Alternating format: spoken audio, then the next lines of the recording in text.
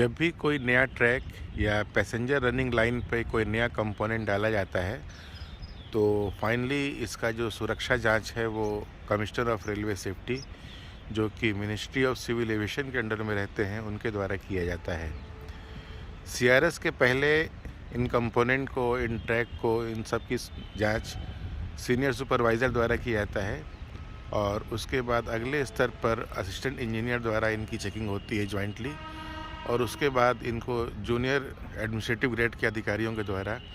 इन सभी परिमाणों की जांच होती है और उसके बाद इनका जॉइंट इंस्पेक्शन मुख्यालय के मुख्य इंजीनियर स्तर पर किया जाता है। इन सभी स्तर से जब पास हो जाते हैं, पैरामीटर सही पाए जाते हैं, तब कमिश्नर ऑफ रेलवे सेफ्टी को बुलाया जाता है फाइनल इंस्पेक्शन के लिए और वो पूरी तरह से जांच करने के बाद, सारे पैरामीटर चेक करने के बाद फिर इस पे नई रेलगाड़ी को, पैसेंजर गाड़ी को चलाने की अनुमति देते हैं।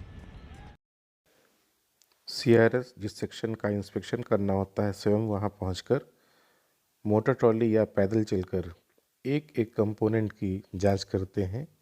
ये इसी मोटर ट्रॉली के माध्यम से सीआरएस एवं अन्य अधिकारीगण चल रहे हैं कंपोनेंट की जांच करते हुए कि सभी सुरक्षा मानकों को ढंग से पूरा किया गया है या नहीं। यहाँ पर ध्यान देने की बात यह है कि शुरू के 4 स्तर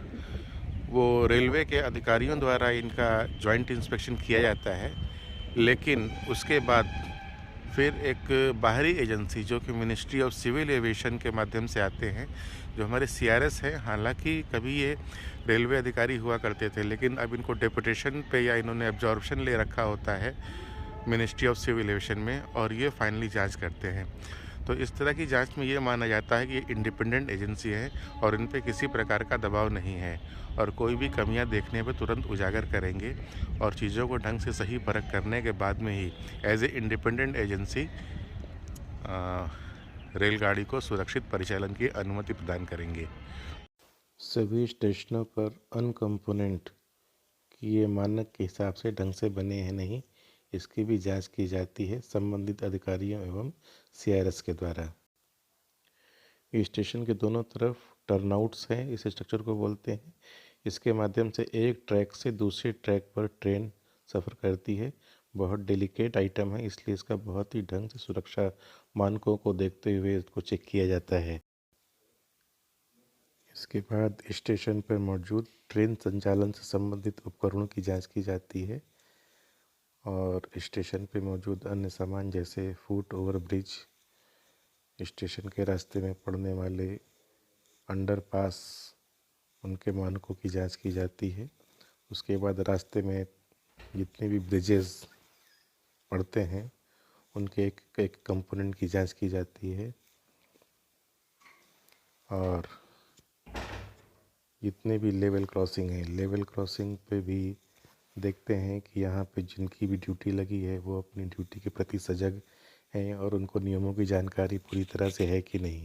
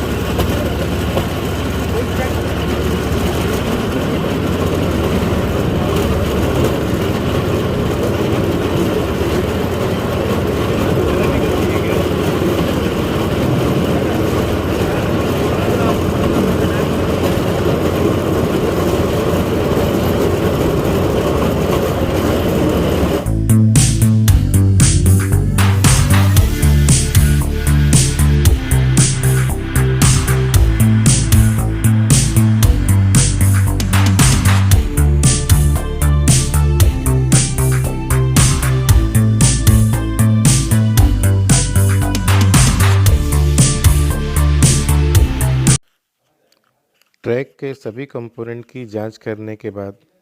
ये सीआरएस की स्पेशल ट्रेन है, जिससे कि उस नॉमिनेटेड स्पीड पर स्पीड ट्रायल करते हैं कि इन स्पीड पर चलाना सुरक्षित है कि नहीं।